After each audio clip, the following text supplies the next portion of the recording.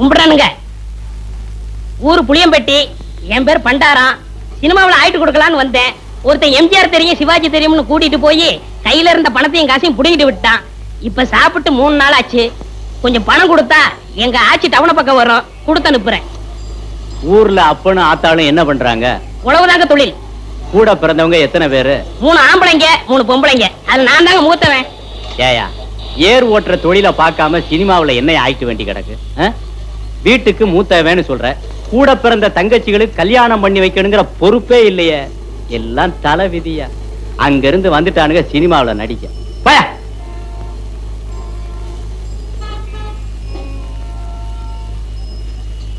கும்பிடுறனுங்க. நல்லாரு நல்லாரு. ஊர் புளியம்பட்டி, என் பேர் பண்டாரம். சினிமாவில் ஆயிட்டு கொடுக்கலாம்னு. என் சொந்த ஊர் வேப்பம்பட்டி. நானும் கேஸ் தான்.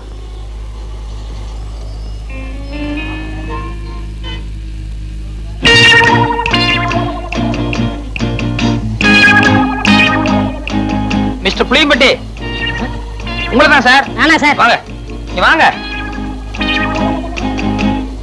ஏ சொந்த ஊரை விட்டுட்டு சினிமா நடிக்கலாம்னு சொல்லி இப்படி எல்லாம் மெட்ராஸ் வந்திருக்கே, இதெல்லாம் தப்பு இல்லையா? ரொம்ப தப்புண்ணே. இந்த மெட்ராஸ்ல எல்லாரும் ஹெல்ப் பண்ணிடுவாங்க? யாரும் கிடைக்க மாட்டாங்கண்ணே. 1000த்துல ஒரு ஆள் தானே உங்களை போல கிடைப்பாங்க. சரி உங்க ஊருக்கு எவ்வளவு சார்ஜ்? 30 ரூபா ஆகும்ண்ணே. வந்துட்டு வெறுங்கையோட எப்படி போறது?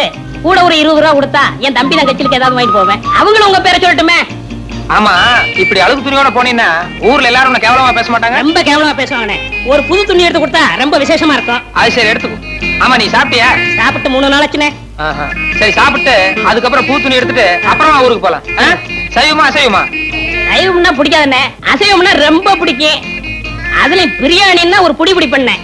திருப்தியா பிரியாணி சாப்பிட்டே புறப்படும். வா.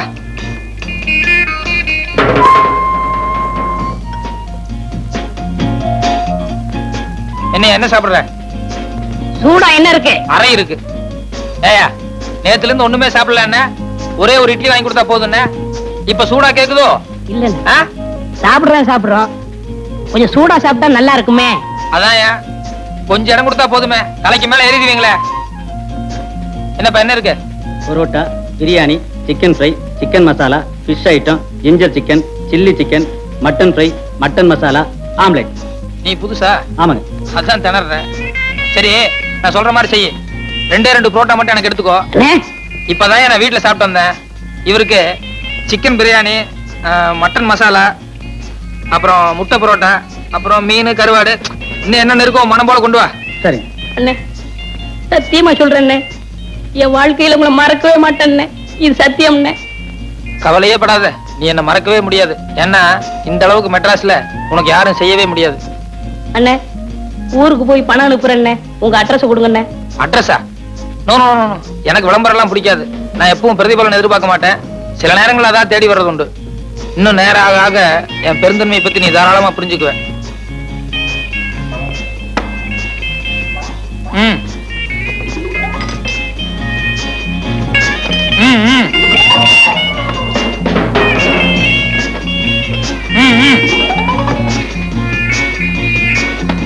அப்படி வச்சுக்கோ.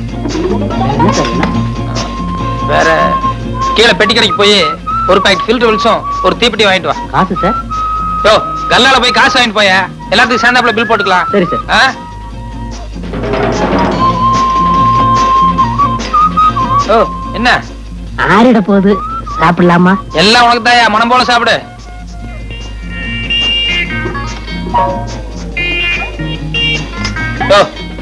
ஒரு கையால சாப்பிடியா? நிறுத்தி நிதானமா சாப்பிடு, ஒன்னும் அவசரமே இல்ல.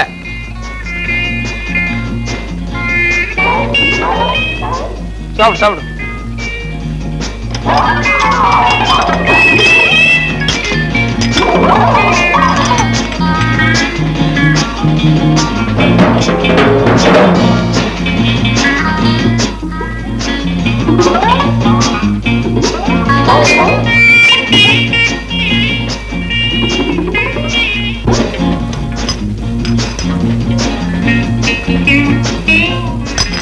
Sir bill.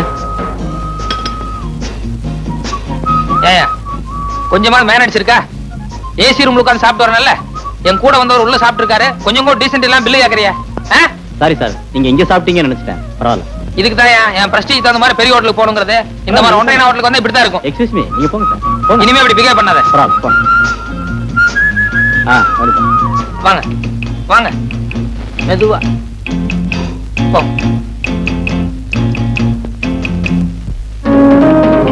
சார் சத்தியமா அந்த ஆளு யாருன்னு தெரியாது சார். என்னை ஏமாத்த இங்க கூட்டிட்டு வந்துட்டான் சார். புரியாதா சொல்றேன்? 60 ரூபாய் 20 பைசா பில் ஆகுது சார். ஏன்னா இவனுக்கு ஒரு வேளை சாப்பாடு போட்டு ஒரு மாசத்துக்கு மேல வாங்கணும். நீ சாப்பிட்டது கூட பெருசு இல்ல, உன் கூட வந்தானே தோஸ்து, அவன் என் ஹோட்டலை பார்த்து ஒன்றே ஹோட்டல் சொல்றான்.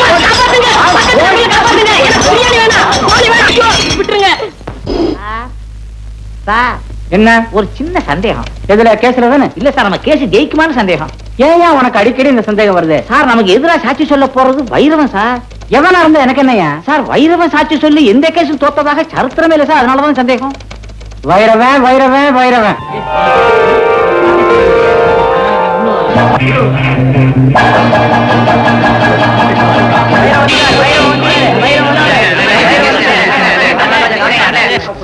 கொஞ்சம் இருங்கப்பா, சும்மா ஆளாளு கசகசன்னு பேசிட்டீங்களே. சாட்சி சொல்றது என்ன சொந்தக்கார வியாபாரம் நினைச்சீங்களா? இதெல்லாம் மென்டல் ஒர்க். ஒரு கேஸ் அட்டன் பண்றதுன்னா என்ன புள்ளி வரங்கிறது, என்ன டீடைல்ஸ், இதெல்லாம் கரெக்டா தெரிஞ்சுக்க வேண்டாமா? சும்மா கசகசன்னு ஆளாளுக்கு பேசிட்டு எங்க லைனா ஒவ்வொருத்தர் என்ன கேஸ்னு சொல்லுங்க. உங்க கேஸ் என்னப்பா? என் பொண்டாட்டி ஒரு பொண்ணோட காதை கட்டிட்டா. அது அவ கடிக்கல, எங்க வீட்டு நாய் தான் கட்டிதுன்னு சாட்சி சொல்லணும். என்னையோ காலங்காத்தால இந்த மாதிரி பொம்பளை கேஸா கொடுக்குறிய? முதல் கேஸ் கொஞ்சம் மூளை உபயோகப்படுத்துற மாதிரி நல்ல கேஸா கொடுக்கறது இல்லையா? என்னையா போயா போ. நீ என்ன கேஸ்பா? அண்ணே, எங்க குடும்பத்துல பங்காளி தகராறுல ஒரு கொலை நடந்து போச்சு. அந்த கொலை நடந்தப்போ தம்பி, நம்ம சட்டத்தோட தர்மம் என்னன்னு தெரியுமா? 1000 குற்றவாளிகள் தப்பிச்சுக்கலாம், ஆனா ஒரு அப்பாவி கூட மாட்டிக்கூடாது. ஒருவேளை நான் ஏதாவது பொய் சாட்சி சொல்லி அதுல எந்த அப்பாவியாவது மாட்டிட்டு ஜெயிலுக்கு போனா அது எவ்வளவு பெரிய பாவம். அதனால கொலை கேஸுக்கெல்லாம் நான் பொய் சாட்சி சொல்ல மாட்டேன். வேற ஆளை பாருங்க. உங்க கேஸ் என்ன சொல்லுங்க சார். நான் ஒரு ஆளுக்கு கடன் கொடுத்திருந்தேன். அதை திருப்பி கேட்டதுக்கு அந்த ஆள் செருப்பால் அடிச்சுட்டான். அதனாலதான் கேஸ் கொடுத்தேன். அடிச்சாள் வந்து ஒரு ரவுடி. இத கண்ணால பார்த்துதான் யாரும் சாட்சி சொல்ல முன்னுக்கு வர மாட்டேன்றாங்க. இப்ப நான் வந்து அந்த ரவுடி உங்களை செருப்பால் அடிச்சான்னு சொல்லிட்டு சாட்சி சொல்லணும்? ஆமா சார். Right, okay. இது கொஞ்சம் சுவாரஸ்யமான கேஸ் தான் சார். உங்க கேஸ்ல இன்னொரு நாளைக்கு பாக்குறேன், நீங்க கிளம்புங்க. வாங்க டீடைல்ஸ் பேசுவோம். கேஸோட டீடைல்ஸ் எல்லாம் கொஞ்சம் விவரமா சொல்லுங்க பார்க்கலாம். சம்பவம் எத்தனை தேதி நடந்தது? 26ஆம் தேதி சார். எத்தனை மணிக்கு நடந்தது? காலையில 11 மணிக்கு சார். எந்த இடத்துல? வடபழனி பஸ் ஸ்டாண்ட்ல சார்.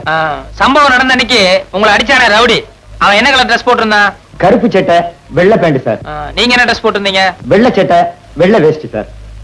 உங்களை அடிச்சானே அது சப்பல்ஸா இல்ல டயர்ஸ் இருப்பா? செப்பல் சார். சப்பல்ஸா? ஓகே, ஒரு 100 ரூபாய் எடுங்க. Case முடிச்சுட்டீங்க sir. யோ, நான் அட்டன் பண்ணாலே ஜெயிச்ச மாதிரி தான். காசு எடு. தயங்காம அடியா. ஆமா, என்ன குறுக்கு விசாரணை செய்ய போற அந்த வக்கீல் பேர் என்ன? நல்ல கண்ணு சார். நல்ல கண்ணுவா? அந்த ஆளுக்கு என்ன பார்த்தாலே கை எல்லாம் விட விடாங்க. தைரியமா இரு. நட. வைரவன் வைரவன் வைரவன். ஐயோ, கேஸோட எல்லா டீடைல்ஸும் கேட்டோம், ஆனா அடிச்ச செருப்போட கலர் கேட்க மறந்துட்டோமே. ஒருவேளை வக்கீல் குறுக்கு விசாரணை அதை கேட்டானா? சரி, சமாளிப்போம்.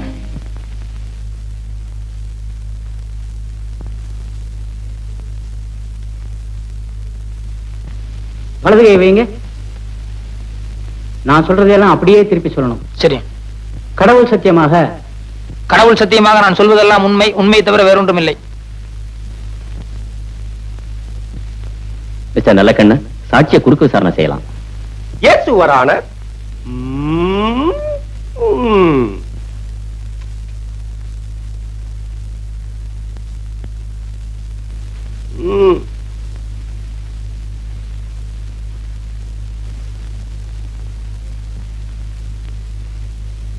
உமது பெயர் தானே பைரவன்? இல்ல சார். மயிலாட், இந்த வழக்கின் முக்கியமான சாட்சியே பைரவன் தான். ஆனால் இங்கு வந்திருப்பது வேறு நபர். இதிலிருந்தே தெரிகிறது இவர் செட்டப் செய்யப்பட்ட பொய் சாட்சி என்று. என் பேரு பைரவன் இல்ல, வைரவன். Order order. யோ, அறிவு இருக்கா முண்டம்? ஏய்யா, ஒரு வேலை எடுத்தா பொறுப்பு பயபக்தி ஏதாவது இருக்கா? 30 வருஷம் ஆனாலும் நீ முன்னுக்கு வரவே முடியாதியா? அப்பப்ப பாயிண்ட்கள் எடுத்துக்கூடியா? தடுமாறல்ல. Yes, proceed. மிஸ்டர் வைரவன், உமது தொழில்?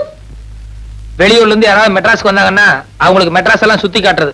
ஓ, யூ மீன் டூரிஸ்ட் கைட்? நம்ம தொழிலை விட இந்த தொழில் பெட்டர்ல. அடுத்த கேள்வி கேளுங்க. எமது கட்சிக்காரர் உமது கட்சிக்காரரை வெறுப்பால் அடிக்கும் போது நீ பார்த்தீரா? வெறுப்பால் இல்ல, செருப்பால. செருப்பால் அடிக்கும் போது நீர் பார்த்தீரா? பார்த்தேன். அடுத்த கேள்வி என்னையா? செருப்பால எந்த இடத்துல அடிச்சான்னு கேளுங்க. எந்த இடத்தில் அடித்தா? கண்ணு காது மூக்குன்னு ஏகப்பட்ட இடத்துல அடிச்சிட்டாருங்க. நோ நோ, நான் அந்த இடத்தை கேட்கவில்லை. ரோட்டிலா, வீட்டிலா, காட்டிலா, தோப்பிலா, எந்த இடத்தில் அடித்தார்? பஸ் ஸ்டாண்ட்ல அடிச்சாருங்க. எந்த bus stand? Vadapalani bus stand. 13A போகுமே அதுவா? இல்ல சார், 12B போகும்போது அந்த பஸ் ஸ்டாண்டு. அறிவு கிட்ட முண்டம் ஆள மடக்கிறது மாதிரி ஒரு கேள்வி சொல்லியா? சம்பவம் நடந்தப்போ 2 கட்சிக்காரங்களும் எந்த கலர்ல டிரஸ் போட்டிருந்தாங்கன்னு கேளுங்க. போங்க. Good good. மிஸ்டர் வைரவன், மாலையில் சம்பவம் நடந்த போது சார் சம்பவம் காலையில தான் நடந்தது. குட். சும்மா ஒரு டெஸ்டுக்காக கேட்டேன். காலையில் சம்பவம் நடந்த போது எமது கட்சிக்காரர் என்ன கலர் டிரஸ் போட்டிருந்தார்? வெள்ளை சட்டு வேஷ்டி. வெட்டியின் நிறம் என்ன? வேஷ்டினா வெள்ளை தானே சார். உமது கட்சிக்காரர் என்ன கலர் டிரஸ் போட்டிருந்தார்? கருப்பு சட்டு வெள்ளை பேண்ட். கூலிங் கிளாஸ் போட்டிருந்தாரா, பவர் கிளாஸா? ரெண்டுமே போட மாட்டார். வந்து போய் கேட்டு வாங்க. நீ எல்லாம் என் குமாஸ்தாவா இருக்க லாயக்கே இல்லையா? அவன் எதை கேட்டாலும் கரெக்டா சொல்லிடுறான். ஏதாவது ஒரு பாயிண்டா சொல்லியா? அடிச்ச செருப்பு என்ன கலர்னு கேளுங்க. போங்க. ஆக மிஸ்டர் வைரவன், எமது கட்சிக்காரன் உமது கட்சிக்காரரை செருப்பால் அடிக்கும் போது நீ பார்த்திருக்கிறேன். ஆமாம். உண்மையாக, உண்மையாக, நிஜமாக, நிஜமாக, உறுதியாக, உறுதியாக, நிச்சயமாக, நிச்சயமாக, சத்தியமாக, சத்தியமாக. அப்படியான அடித்த செருப்பு நிறம் என்ன? அது சொல்லுங்க. அது சொல்லுங்க. வரல. சொல்லுங்க சீக்கிரம். அது சீக்கிரம். லேட் ஆகுது. கோத்தாரவர்களே லேட் ஆகுது. சீக்கிரம். அடித்ததை நேரில் பார்த்திருந்தால் அதன் கலர் தெரிந்திருக்கும் அல்லவா? சொல்லுங்க. சொல்லுங்க.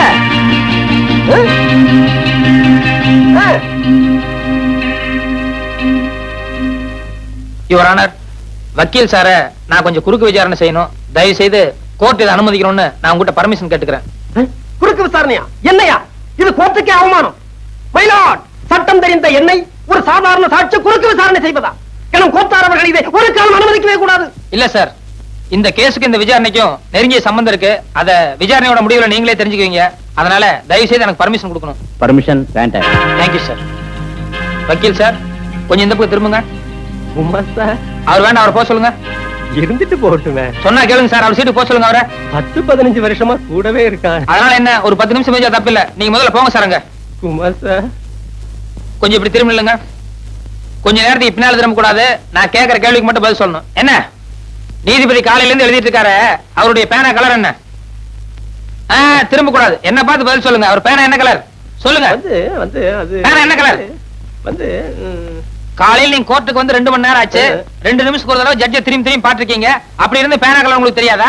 கோர்ட்டுக்கு வந்தால் கேஸ்களிலும் பாயிண்ட்களிலும் தான் என்னுடைய கவனம் இருக்க வேண்டுமே தவிர பேனாவின் நிறத்தை பற்றி நான் கவனிக்க வேண்டிய அவசியம் இல்லை. கரெக்ட். கோர்ட்டுக்கு வந்த உங்களுக்கு கேஸ்ல மட்டும் தான் கவனம் இருக்கும். பேனாவை நீங்க கவனிச்சிருக்க முடியாது. அப்படி இருக்கும்போது பஸ் ஸ்டாண்ட்ல 2 பேர் செல்ஃப் அடிச்சு தகராறு பண்ணிட்டு இருந்தா அவங்கள விலக்கிட்டு இருப்பேனே தவிர ஒரு பேப்பரும் பேனாவை எடுத்து வச்சு என்ன கலர் செல்ஃப் அடிச்சா நான் நோட் பண்ணுவேனா? That's all your honour.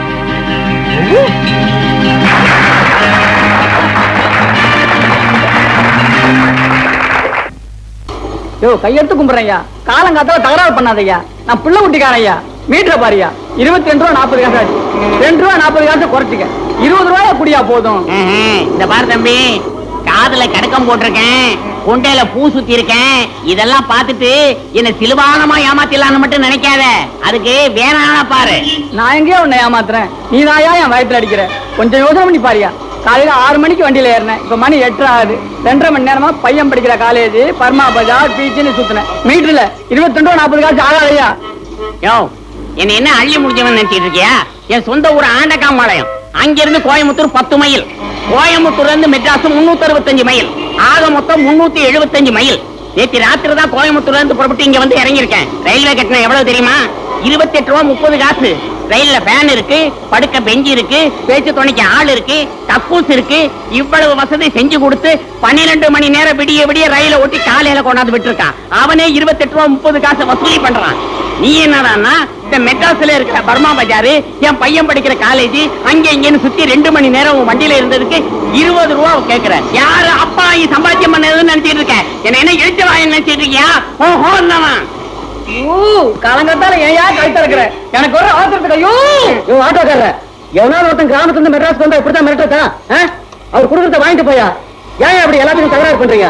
Madras பேரையே கத்துறீங்க போல இருக்க. பாத்தியா யோ, நமக்குள்ள என்ன தகராறு ஏதுன்னு சாரிக்காத அந்த ஆளு வந்த உடனே எவ்வளவு பெரிய நியாயம் சொல்லிட்டு போறாரு பத்தியா? அவர் பெரிய மனுஷனா நீ பெரிய மனுஷனா? ஐயோ யோ, உன்கிட்ட பேசுறது எனக்கு சக்தி இல்லையா? இப்ப எவ்வளவு தாயா தர்றேங்கிற? இந்த பாரு தம்பி, நான் 20 ரூபா தர்றதுன்னா சேலத்துல கொண்டு போய் விட்டுரு. அங்கிருந்து 8 ரூபா தான் நான் போய்க்கிறேன். இங்கே இறங்குறதுன்னா 2 ரூபாய்க்கு மேல ஒரு பைசா தர மாட்டேன்.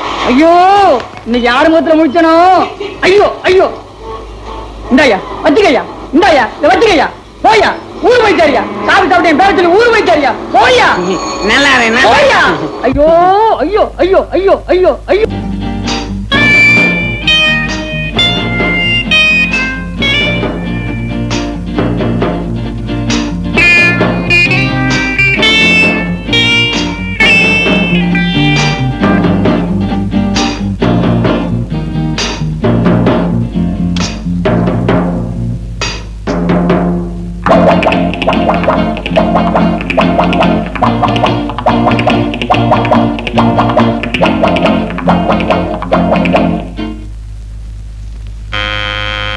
கதவு திறந்துதான் இருக்கு, வாங்க.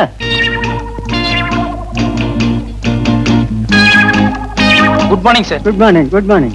Bathroom cleaning. ஆமா, கொஞ்ச நேரத்துக்கு முந்தி தான் ஒருத்தன் பாத்ரூம் கிளீன் பண்றேன்னு வந்தான்.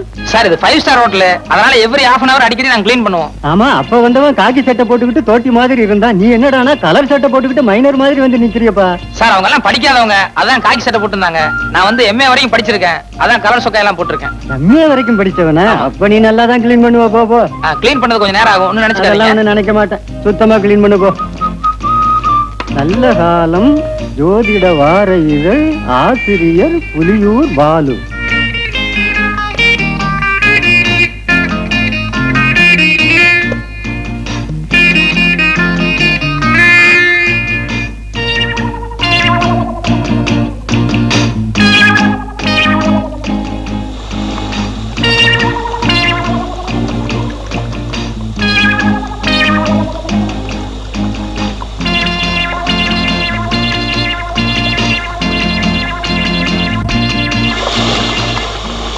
இந்த ராசிக்காரர்களுக்கு இந்த வாரத்தில் வெளியூர் பயணம் கண்டிப்பாக கூடாது. ஏனெனில் வெளியூர் பயணம் செல்வதனால் எல்லா பணத்தையும் இழந்து சொந்த ஊருக்கு கால்நடையாகவே செல்லும் நிலை ஏற்படும்.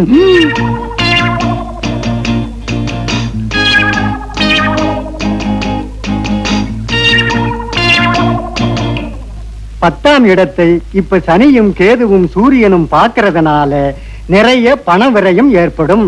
சிலர் நல்லவர் போல் நடித்து மோசடி செய்வார்கள். ஆக இன்னைக்கு நம்ம நிலைமை சரியில்லை.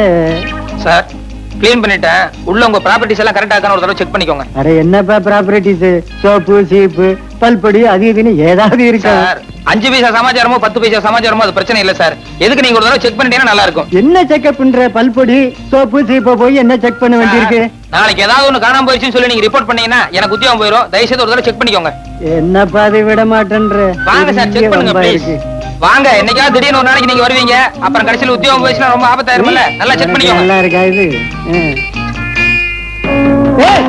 ஏண்டா கதவை சாத்துற? டேய் கதவை சாத்தாதடா. டேய் கதவை தரடா. நான் அப்பதான் நினைச்சேன், பாத்ரூம் கிளீன் பண்ற மாதிரி தெரியலையே. நான் நினைச்சதெல்லாம் சரியா போச்சு. Hello, this is from 209. Drinks என்ன மேடம் இருக்கு சாப்பிடுறதுக்கு? நோ ஹார்ட் ட்ரிங்க்ஸ் வேண்டாம், கூல் ட்ரிங்க்ஸ் என்ன இருக்கு? ஒண்ணு பண்ணுங்க, பாதாம் கீரை ஒரு 2 அனுப்புங்க. ஒண்ணு இப்ப நான் சாப்பிட்டுக்கிறேன், இன்னொருத்தர் பாத்ரூம்ல குளிச்சிட்டு இருக்காரு, அப்புறமா வந்து அவர் சாப்பிட்டுக்காரு. Right, thank you madam. பீரோல மணி பர்ஸ் வச்சிருக்க, அடிச்சிட்டு போடாதடா. டேய் கதவை தரடா.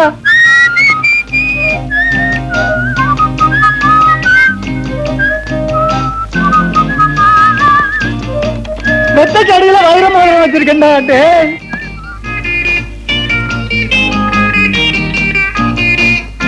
கும்பிடுறேன், பசிக்கு ஏதாவது இருந்தா கொடுங்களேன். ஓ, கை காலெல்லாம் நல்லா தானே இருக்குது. பிச்சை எடுக்கிறியா? வெக்கமா இல்ல? எங்க நான் இடத்துல போய் திருடியா? அட நீ ஒண்ணு நேத்தான் ஜெயிலிருந்து வந்தா மறுபடியும் திருட சொல்றான். போயா தம்பி, எனக்கு 5-6 புள்ள குட்டிங்க. வீட்டுக்காருக்கு வேற உடம்பு சரியில்லை. அவரு வேற ஆஸ்பத்திரியில இருக்காரு. உங்க அக்கா அம்மா நினைச்சு எனக்கு உதவி செஞ்சீங்கன்னா நீங்க நல்லா இருப்பீங்க.